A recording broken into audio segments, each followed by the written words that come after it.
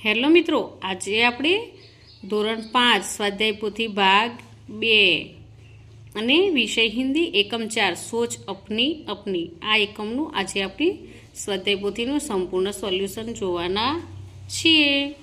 પ્રશ્ન 1, સહી વિકલ્પ ચૂનકર બોક્સમાં ખરાના નિશાન કરવાની છે। અહીંયા ચિત્ર આપેલું છે।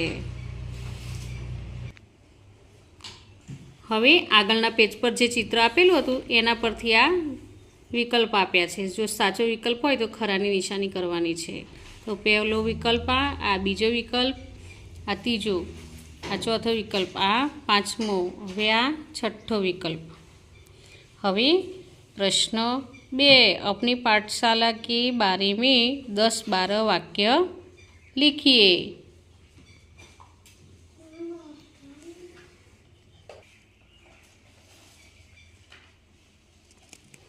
હવે પ્રશ્ન 3, નીચે દી ગઈ ચિત્ર કે આધાર પર 5-7 વાક્ય લખીએ। આ ચિત્ર આપેલું છે અને તેના આધારે અહીં વાક્ય લખવાના છે આપણે।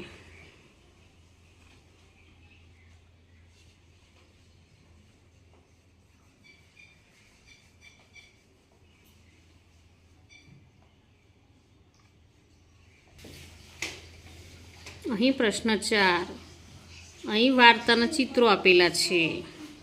તો આ ચિત્રો પરથી આપણે એક વાર્તા બનાવવાની છે। બાતુની કછુઆ।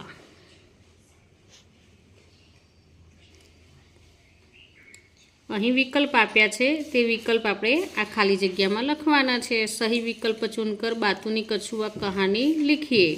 તો આ કહાની તો આપણે આ વાર્તા તો આપેલી છે તેમાં આપણે આ વિકલ્પ લખવાના છે।